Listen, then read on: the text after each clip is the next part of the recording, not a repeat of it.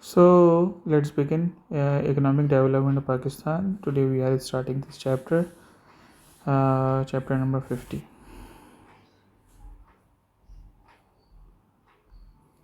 Understanding the basics, growth versus development, and how economies are classified.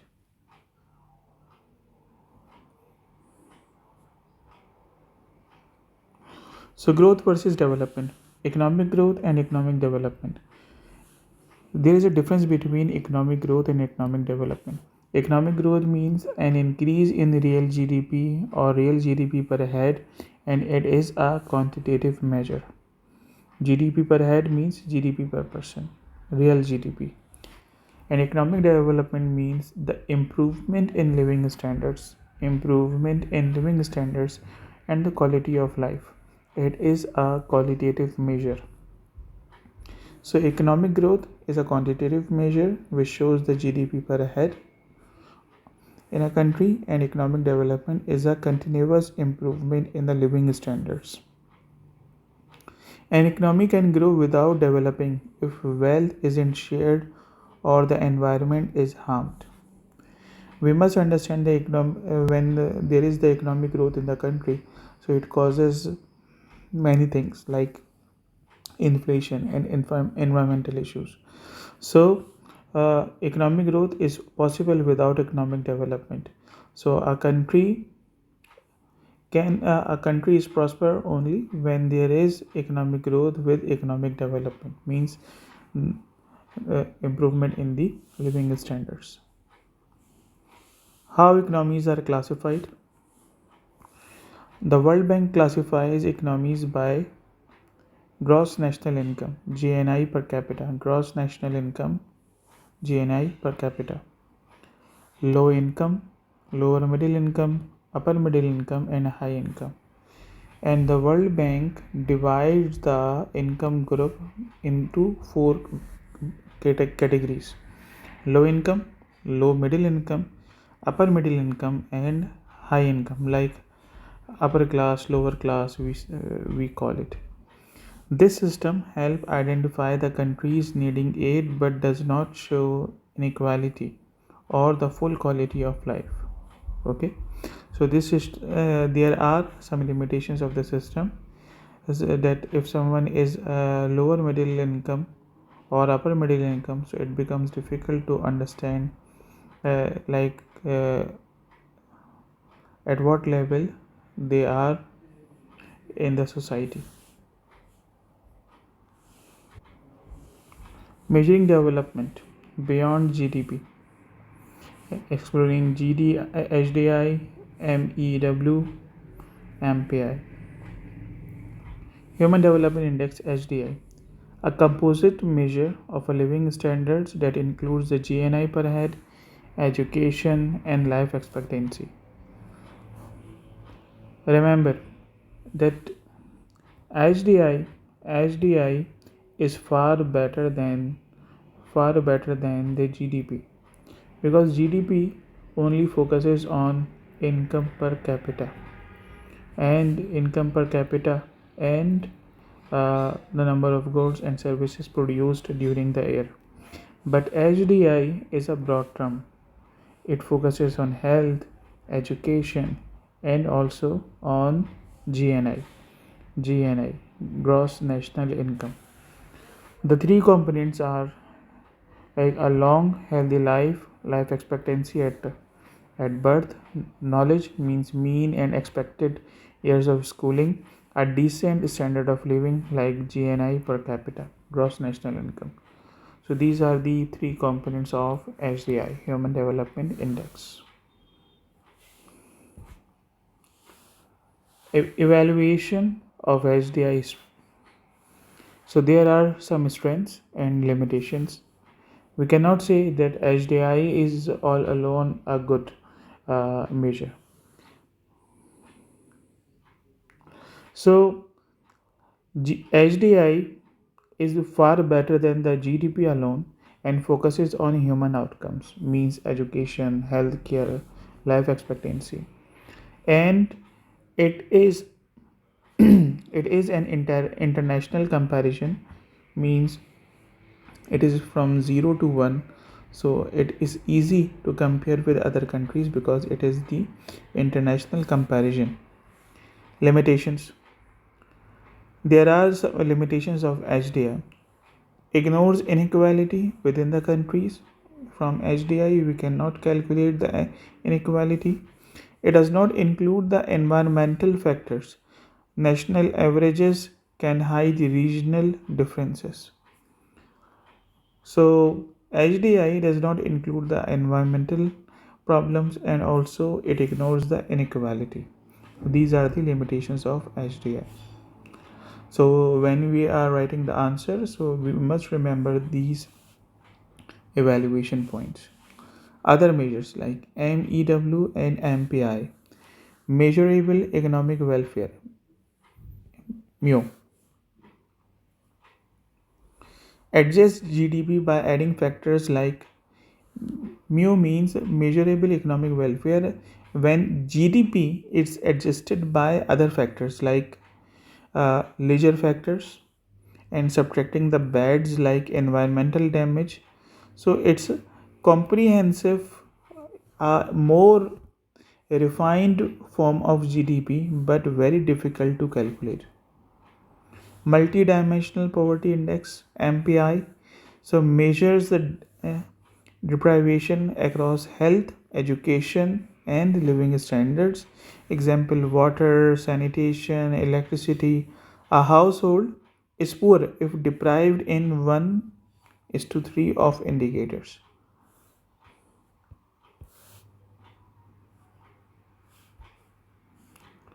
Challenges to development: poverty cycles and income inequality. The poverty cycle. Poverty cycle is self reinforcing trap where poverty persists from one generation to another. It explains why some economies struggle to achieve sustained growth. Means actually what happens: low income leads to low savings, and low savings leads to low investment, and low investment leads to low productivity. This is called the poverty cycle, which does not break the chain, and poverty goes from generation to generation. This is the poverty cycle. Low productivity leads to low income, and how low productivity is leading to low income? So we can say that low income leads to low savings leads to low investment, and low investment leads to low productivity. So this is how low income leads to low productivity. Poverty cycle diagram. The diagram illustrates the cycle that keeps countries in state of the underdevelopment, often called development trap. Breaking any link in the chain, for example through foreign aid or microfinance, can help disrupt the cycle. So poverty cycle diagram depends on these factors. So if these factors remove, so it will break the cycle. Income inequality and the Kuznets curve. The Kuznets curve suggests a relationship between the economic growth and income equality.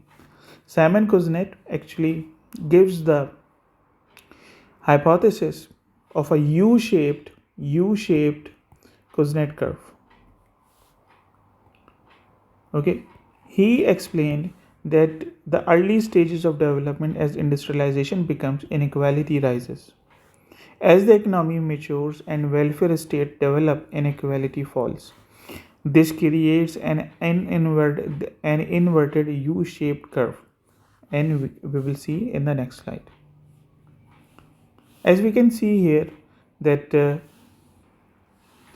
so Kuznets curve diagram, the graph shows that the GDP per head on the x-axis and income inequality on the y-axis. Income inequality, like any inequality index can be used here on the y-axis, and on the x-axis we have GDP per capita, and this is the U-shaped curve. And here they tell the Kuznets curve explains as economic growth increases. For example, here what we notice that GDP per capita is increasing, and this is the inequality. So inequality is also increasing, and what we notice, as GDP per capita increases, income inequality increases. Why it is increasing? Uh, because of the industrialization is going on. New form reforms are being developed, industries are being developed, so it takes time. It takes times to create a sustainable economy. So that's why there is inequality from here to here, and this is the turning point, after which, when an economy becomes the welfare state, there are lots of industries, and people are getting jobs. So here, after this inequality decreases as GDP per capita increases. So inequality decreases, it goes down. So this is the U-shaped economic growth model. So again, I will tell you the Kuznets inequality curve, the income inequality, and the Kuznets curve suggest a relationship between the economic growth and the income equality. Okay, so x-axis in economic growth and y-axis the income inequality, and this is the U-shaped.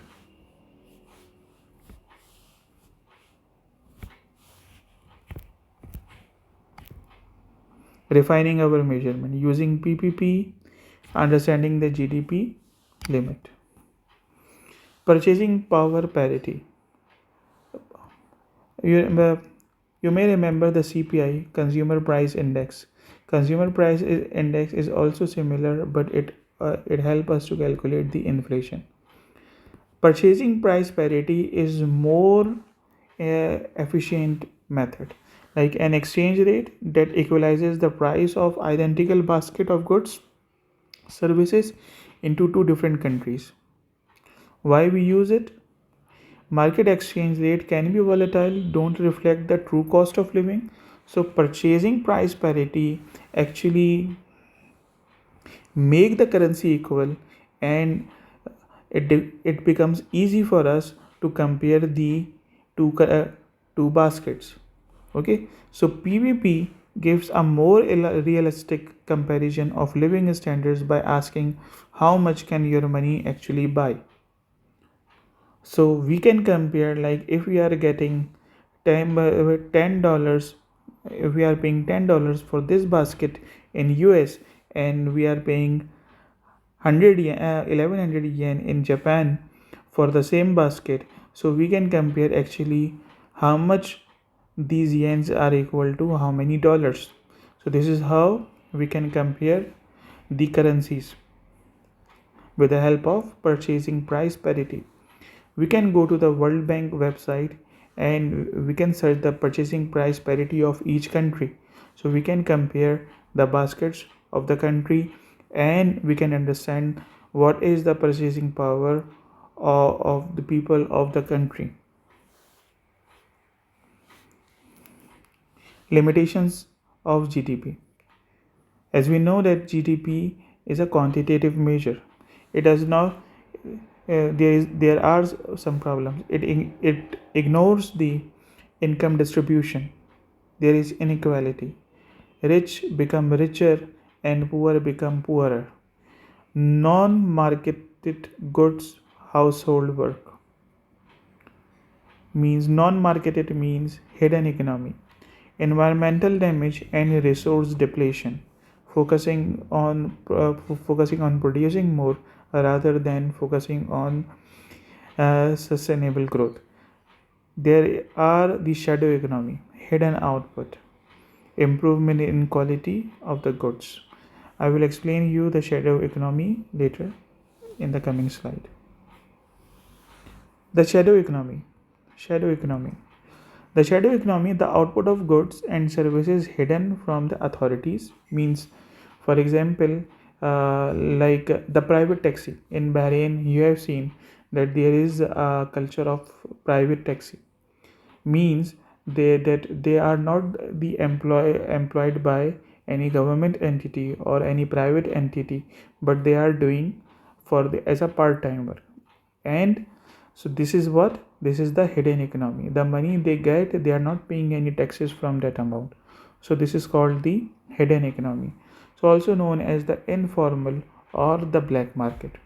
Why does it exist? To avoid taxes, illegal activities, and undeclared income, so they don't need to pay taxes.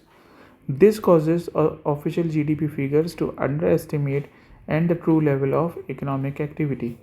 This is the problem with the shadow economy. If the size of shadow economy is bigger in the economy, so it creates the problem for the GDP.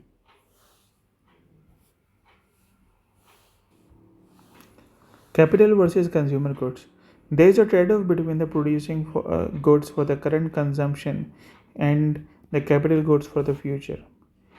We have seen that there are many economies in the world that who focuses more on the consumption, and some economies who focuses more on the capital goods. And the showed that those who were focusing more on capital goods experienced the more economic growth in the past.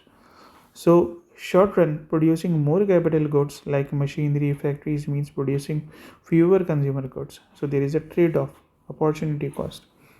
In long run, more capital goods lead to increased productive capacity and allowing for more of both goods in the future. So this is called the true real economic growth.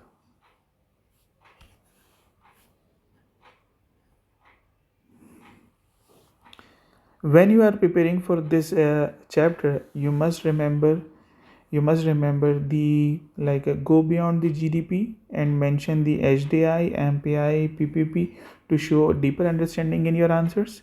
Link your concept, like connect economic growth to its impact or inequality, like Kuznets curve, and overall development.